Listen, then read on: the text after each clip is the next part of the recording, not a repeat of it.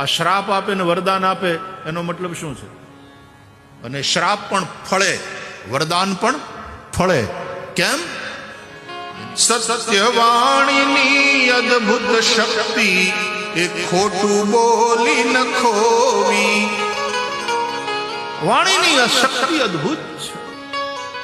જેમ જેમ તમે ખોટું બોલતા જાઓ તેમ તેમ તમારી વાણી કમજોર થતી જાય, વાણીની શક્તિ ક્ષીણ થતી જાય.